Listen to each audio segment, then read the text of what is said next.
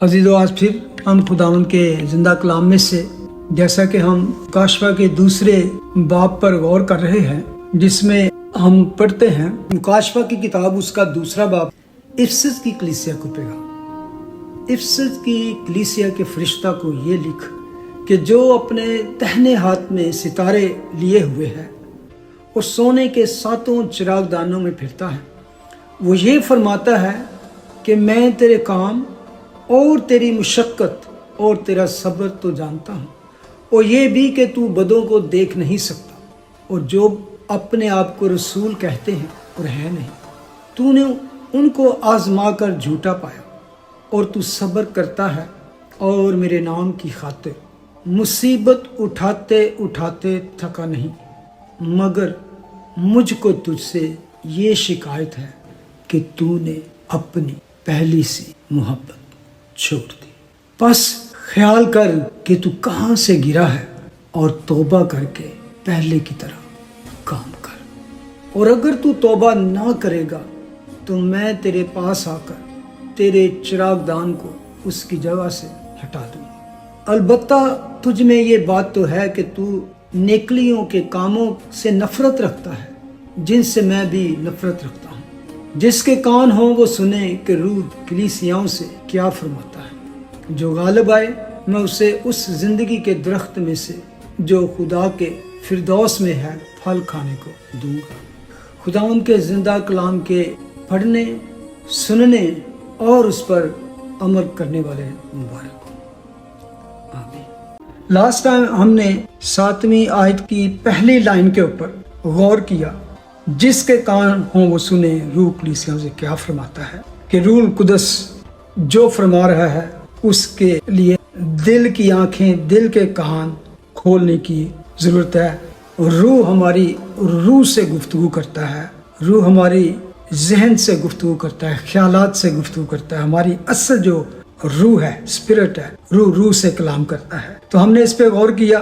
तो आज हम उसका जो अगला हिस्सा है, जो गालिब आए मैं उसे उस जिंदगी के दरख्त में से जो खुदा के फिरदौस में है फल खाने को दूंगा। बड़ी ही अहम आयत है और इसमें बहुत सारी बातें हैं। गालिब आना, जिंदगी का दरख्त, खुदा का फिरदौस और फल, ये चारों बातों पर मैं 4 वीक गुजार सकता हूँ, लेकिन खास पे मैं बात करना चाहूँगा वो है खुदा का फिरदौस। फिरदौस जो है, अगर हम उर्दू में देखें तो उर्दू में जब ट्रांसलेट करते हैं बाइबल की कुछ बातों की या खास लफ्जों की, तो उसमें थोड़ी सी दिक्कत ये आती है कि बहुत सी बातें जो हमें दूसरे ट्रांसलेशन से, इंग्लिश से या हिब्रू से इजी समझ आ जाती हैं, उर्दू में थोड़ा दिक्कत आती है।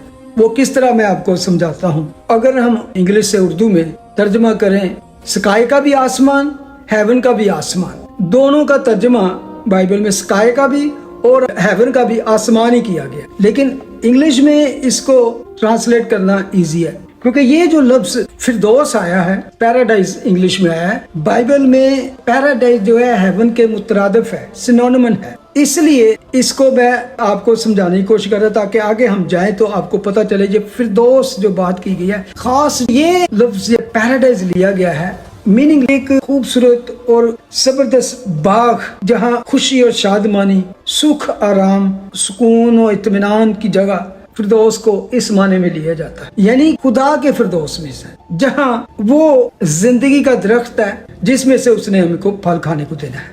3 जगह पे इसका बाइबल में जिक्र है। एक तो आपको याद होगा जब खुदावंद यीशु मसीह स्लीप पर थे, तो वहां पर जब उस डाकू ने खुदावंद से रिक्वेस्ट की, तो वहां खुदावंद ने उससे कहा, मैं तुमसे सच कहता हूँ कि आज ही तू मेरे साथ फिरदौस में होगा।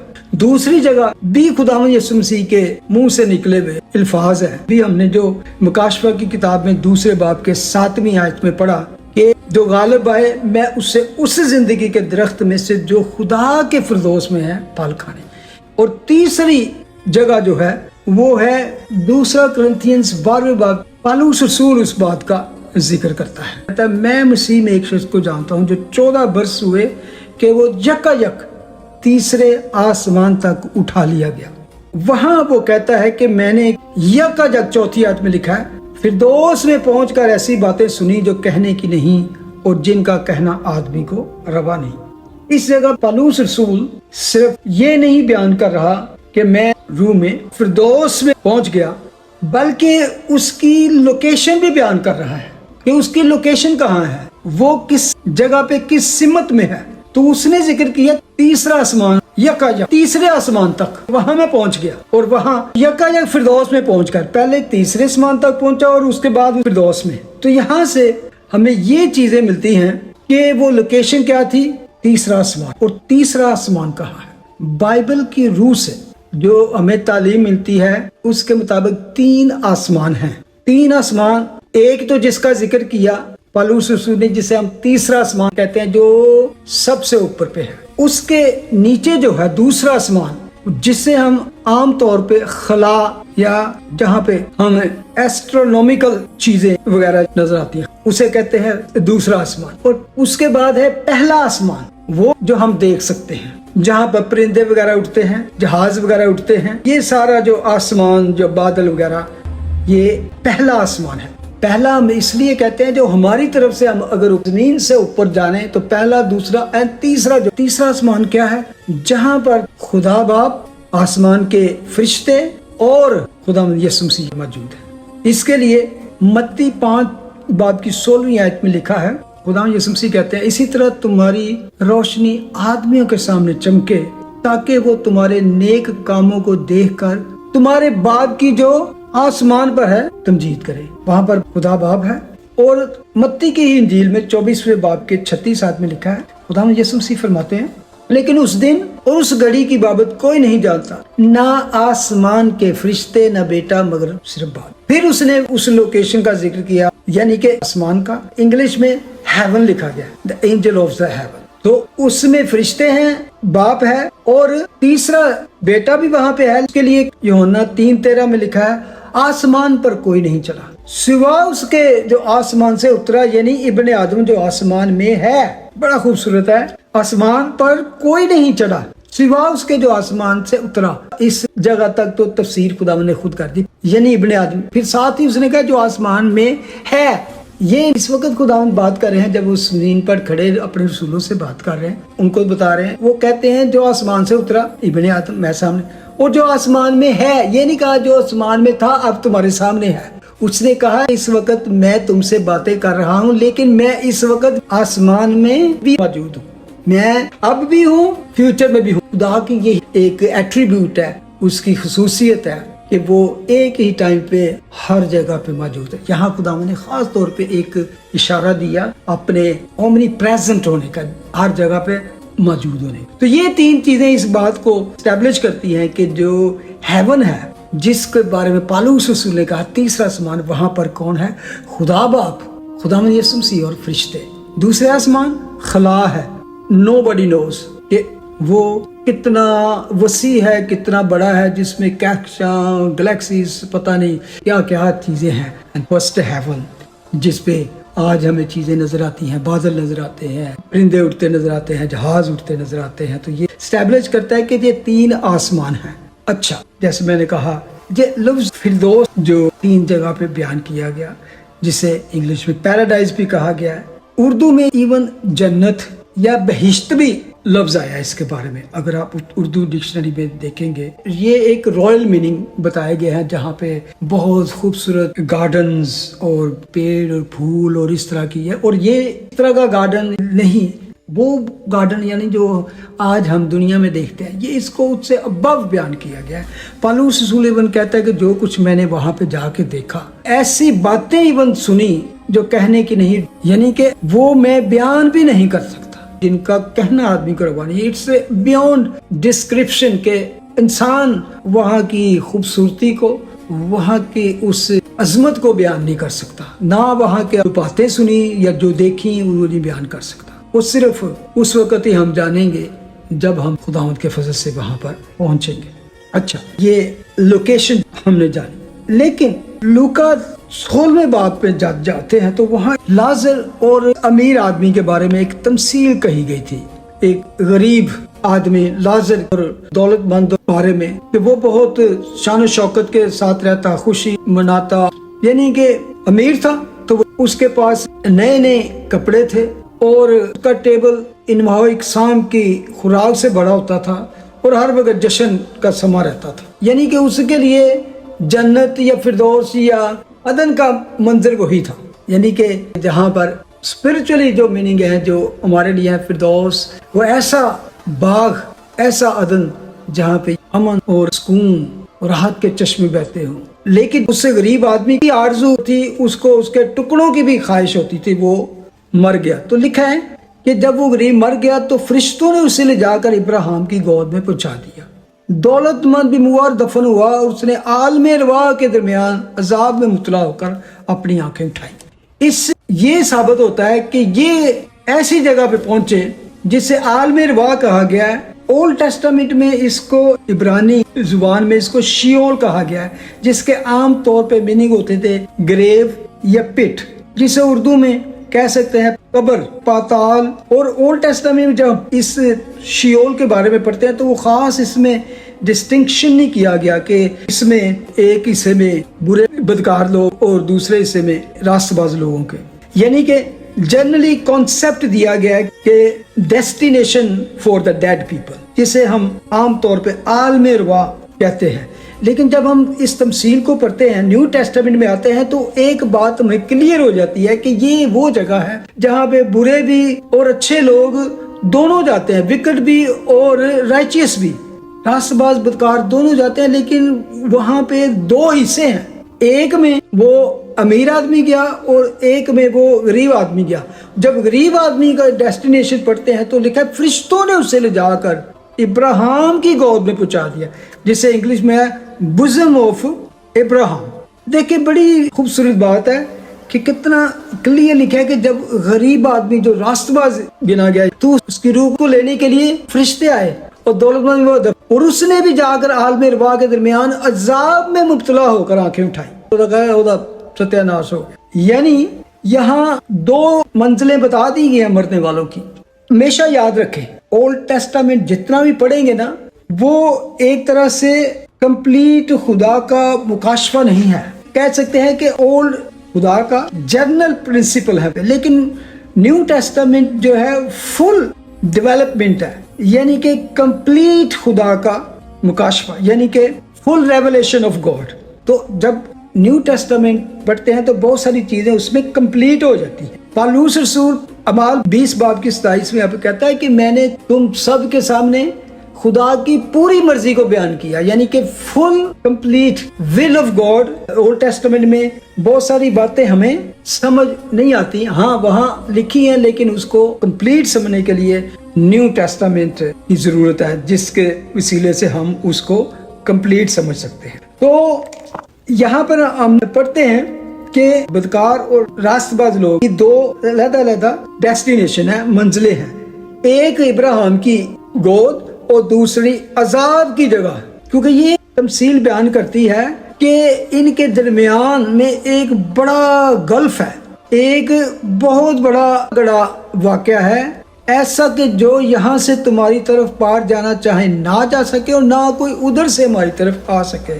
تو اس لیے ایک تو یہ چیزیں ہوگی کہ یہ دو ڈیفرنٹ جگہ ہیں، ایک آرام اور سکھ کی جگہ ہے جو ابراہیم کی گود ہے، اور دوسری جگہ عذاب جہاں پہ رونا اور دانتوں کا پیسنا ہے۔ یہ جہنم نہیں ہے، ہیل نہیں اس کو کہا گیا، یہ پاتال جیسی کوئی جگہ ہے جہاں پر تڑپنا، عذاب میں مبتلا، یعنی کہ اتنا وہ ترس رہا تھا، جو بڑی بڑی جشن مناتا تھا، تو وہ کہتا ہے کہ میں تجھ سے منت کرتا ہوں کہ لازر کو، اب اس کو لازر نظر آ گیا، پہلے عیش و عشرت میں جشن میں اس کو لازر کبھی نظر نہیں آیا، اب اس کو وہاں پہ لازر نظر آیا۔ اس کا مطلب ہے ہی نیو، وہ جانتا تھا، جب بھی وہ اپنے گھر آتا جاتا اندر تو گیٹ پر وہ ترستا رہتا تھا، تو اس کو شاید وہ کبھی اس نے ٹکڑا بھی نہ دیا ہو۔ خاص طور پر خدا کا کلام کہتا ہے وہاں اس کو رکھا گیا، یعنی کہ وہ دیکھتا ہوگا تو اس کو لعنتیں ہی کرتا ہوگا، لیکن اب اس کو اس آرام اور سکون کی جگہ پہ دیکھ کر ابراہیم کو پہچان لیا اس نے۔ وہ کہتا ہے اے باپ ابراہیم، مجھ پر رحم کر کے لازر کو بھیج کے اپنی انگلی کا سرا پانی میں بہو کر میری زبان تر کرے، کیونکہ میں اس آگ میں تڑپتا ہوں۔ یعنی کہ آگ بھی ہے، لیکن وہ اس طرح کی آگ نہیں جو دوسری موت کی آگ ہوئی، جو गंधक से जलने वाली झील जहाँ पे होगी।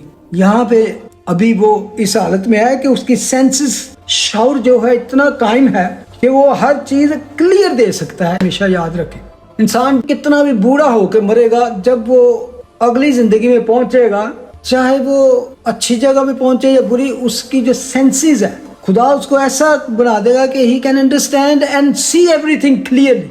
वो जो शौर है इतना बेदार हो जाएगा कि वो अपनी जिंदगी के छोटी से छोटी चीज को जान सकेगा। अब उसको क्लियर नजर आ रहा है, इब्राहिम बाप भी नजर आ रहा है। और जब वो बाप इब्राहिम कहता है तो इसका मतलब है कि वो यहूदी था और शरीयत से वाकिफ था, क्योंकि इब्राहिम को बाप कहने वाले वो ही लोग थे पहले। तो लाजर को भी अपने पहचान लिया, तो उसके अब तरले कर रहा है। तो मैं क्यों कहता हूँ कि आराम की और सुकून की और इत्मीनान की जगह है। वहां पे 25 आयत में लिखा है, इब्राहिम ने कहा बेटा याद करके तू अपनी जिंदगी में अच्छी चीजें ले चुका, उसी तरह लाजर बुरी चीजें, लेकिन अब वो यहाँ तसल्ली पाता है और तू तड़पता है।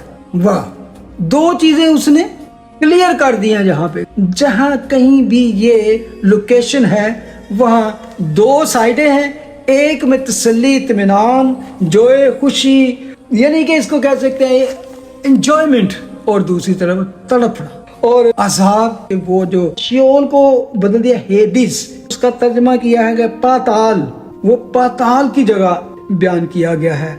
लेकिन अगर हम पैराडाइज को देखें लूका 23:43 में, जब डाकू ने ये फरियाद की, 42 में बड़ी इंपॉर्टेंट वर्ड्स है, लिखा है, फिर उसने कहा ऐ यीशु जब तू अपनी बादशाही में आए तो मुझे याद कर।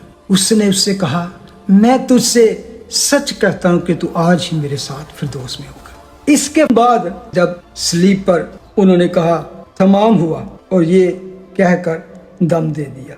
अब इसके फौरन बाद वो आसमान पर नहीं गए। इसका सबूत हमें उस वक्त मिलता है जब मरियम मगदलीनी खुदावंद को देखती है। उसने उसको पकड़ना चाहा, हाथ लगाना, तो खुदावंद यीशु मसीह ने कहा मुझे ना छू, क्योंकि मैं अभी तक बाप के पास नहीं गया, अभी तक बाप के पास नहीं गया। तो इससे ये सवाल पैदा होता है, इसके फौरन बाद खुदावंद यीशु मसीह कहाँ गए? कि लोग दो तरह के नजरिए रखते हैं कि जो फिरदौस था वो हमेशा हेवन आसमान पर था जहाँ पालूस रसूल पहुंचा, लेकिन ये कहते हैं कि वो कहाँ था? जमीन में था। आराम और सुख की जगह है जो इब्राहिम की गोद है, जहाँ खुदावंद यीशु मसीह मरने के बाद और तीसरे दिन जी उठे। उस दरमियान में जो टाइम था, क्रिश्चियन बिलीफ है कि Jesus went to hell between his crucifixion and resurrection. अपने जी उठने से पहले उस टाइम में वो कहाँ पहुंचे? उस जगह पे जिसे इब्राहिम की गोद, बुज़म ऑफ इब्राहिम, और शियोल या हेडिस या पाताल कहा जाता है। तो उसमें भी ये है कि वो उस जगह पे नहीं गए जिस जगह में वो अमीर आदमी गया है जो अजाब में तड़प रहा था, बल्कि वो उस जगह पे गए आराम और सुख की जगह है जिसे इब्राहिम की गोद, बुज़म ऑफ इब्राहिम कहा जाता है, जिस जगह पे इब्राहिम और लाजर और दूसरे सारे पुराने ईमानदार थे जो मसाया का वेट कर रहे थे, जो उस पर ईमान रखते हुए सो गए थे पुराने अहद में। वहां पर जाकर मसाया ने उन रास्तबाज लोगों के सामने उस सल्वेशन को डिक्लेयर किया। तो बहुत सारे लोग ईमान रखते हैं कि उस वक्त उनको जब वो कलाम सुनाया गया, वो जितने भी वहां पे पुराने ईमानदार थे, खुदावंद उन सबको लेकर आसमान पर चले गए। और इस कॉन्सेप्ट को सपोर्ट करने के लिए पालूस रसूल की मिसाल थी कि वो तीसरे आसमान तक पहुंचा। और खुदावंद यीशु मसीह अगर कहते हैं, वादा करते हैं, तो आज ही मेरे साथ फिरदौस में होगा, तो इसका मतलब है वही फिरदौस। उस वक्त तक वो डायरेक्शन, लोकेशन जो थी, वो फिरदौस जिसे इब्राहिम की गोद, बुज़म ऑफ इब्राहिम कहा जाता है। तो जब यीशु ने कहा आज ही मेरे साथ, तो पहले वो कहाँ उतरे? वो उस जगह पे उतरे जहाँ वो इब्राहिम और पुराने सारे ईमानदार जो बुजुर्ग थे ओल्ड टेस्टामेंट के, जो ईमान में सोए, तो उस इंतजार में तो उनको जब उसने खुशी की खबर सुनाई, फिर खुदावंद उन सबको लेकर आसमान पर चले गए। क्योंकि पौल ने तो बाद में वो चीजें देखी, یسوع مسیح کے جی اٹھنے کے بعد آسمان پر چلے جانے کے کافی دیر بعد پول تو بعد میں گیا نا، ایون اس کے بارے میں فلپیوں کے خط میں پالوس رسول کہتا ہے کہ میرا دل تو چاہتا ہے کہ میں یہاں سے رخصت ہو کر مسیح کے پاس جا رہا ہوں۔ تو اس کا مطلب ہے وہ جانتا تھا کہ وہ پیراڈائز کہاں پر ہے۔ ایک اور آیت اس کو جو سپورٹ کرتی ہے، 4 باب اس کی 8ویں آیت، اسی واسطے وہ فرماتا ہے کہ جب وہ عالم بالا پر چڑھا تو قیدیوں کو ساتھ لے گیا اور آدمیوں کو انعام دیے۔ یہ جو آیت ہے اس بات کو ثابت کرتی ہے کہ خداوند یسوع مسیح عالم بالا پر چڑھا تو قیدیوں کو ساتھ لے گیا، وہ وہاں قید میں تھے۔ پہلا پطرس 3 باب کی 19 آیت میں اسی میں اس نے جا کر ان قیدی روحوں میں منادی کی جو اس اگلے زمانہ میں نافرمان تھیں، جب خدا نوح کے وقت میں تحمل کر کے ٹھہرا رہا تھا اور وہ کشتی تیار ہو رہی تھی۔ اصل میں یہاں پہ کہنے کا مطلب ہے 2 طرح کی قیدی روحیں وہاں پر تھی۔ ایک تو وہ قیدی روحیں تھی جس میں ابراہیم اور وہاں سارے راستہ لوگ، تو دوسرے نافرمان روحیں بھی تھی وہاں پہ، جب خدا نوح کے وقت میں تحمل کر کے ٹھہرا رہا تھا اور وہ کشتی تیار ہو رہی تھی، وہ نافرمان روحیں بھی وہاں قید تھی۔ 18ویں آیت میں لکھتا ہے، اس لیے کہ مسیح نے بھی یعنی راست بات نے ناراستوں کے لیے گناہوں کے باعث ایک بار دکھ اٹھایا تاکہ ہم کو خدا کے پاس پہنچائے۔ غور کریں، تاکہ ہم کو خدا کے پاس پہنچائے، یعنی کہ آخر وہ نیچے کہیں تھا تو اوپر چڑھانا۔ اور اس کو افسیوں 4 باب 9ویں آیت میں اور ایکسپلین کر دیا گیا ہے کہ اس کے چڑھنے سے اور کیا پایا جاتا ہے سوا اس کے کہ وہ زمین کے نیچے کے علاقہ میں اترا بھی تھا، اور یہ اترنے والا وہی ہے جو سب آسمانوں سے بھی اوپر چڑھ گیا تاکہ سب چیزوں کو یعنی کمپلیٹ مکمل اس نے کیا۔ یہ بات بھی اس چیز کو ثابت کرتی ہے کہ خداوند پہلے اس فردوس میں پہنچے جو فردوس اس وقت ابراہیم کی گود کہلاتا تھا، جہاں پر سب ایماندار اور مزے کر رہے تھے، آرام کر رہے تھے، جوائے فل ہیپینس، سکون میں تھے، کوئی تڑپ نہیں رہے جیسے میں بیان کیا۔ اور ایک تو یہ بات کہ یہ جگہ زمین کے نیچے تھی، اس کو ایک تو یہ طرز کی ورس ثابت کرتی ہے، اور دوسرا اولڈ ٹیسٹامنٹ میں بھی اگر آپ نے وہ واقعہ سنا ہو جب سول نے ایک جادوگرنی سے جنات کی آشنا سے ایک ریکویسٹ کی تھی کہ تو سیموئیل نبی کو میرے لیے حاضر کر بلا، تو وہاں ہم جو پڑھتے ہیں نا، پہلا سیموئیل اس کی 28 چیپٹر میں ہے، مختصر یہ ہے کہ لکھا ہے کہ اس نے پوچھا کیا دیکھتی ہو، کہتی ہے کہ میں زمین سے کسی کو اوپر آتے ہوئے دیکھتی ہوں جیسے کوئی دیوتا ہوتا ہے، یعنی کہ وہ بڑا ہی ایک جاہو جلال شخصیت تھی کوئی۔ تو پھر ہم پڑھتے ہیں کہ وہ سیموئیل تھا، تو ایک تو یہ دیکھا کہ وہ نیچے زمین سے اوپر آ رہا تھا، دوسرا جو سیموئیل کے الفاظ تھے کہ تو نے مجھے کیوں بے چین کیا، نیچے سے آ رہا تھا، اور ایک بے چین کی یعنی کہ وہ چین کی جگہ پہ تھا، بوزم آف ابراہیم کی گود میں تھا۔ تو ایک یہ چیز اسٹیبلش ہوتی ہے کہ اس وقت تک وہ سارے ایماندار جو مرتے تھے وہ ٹیسٹ میں وہ نیچے ہی جاتے تھے۔ تو نیچے کون تھا؟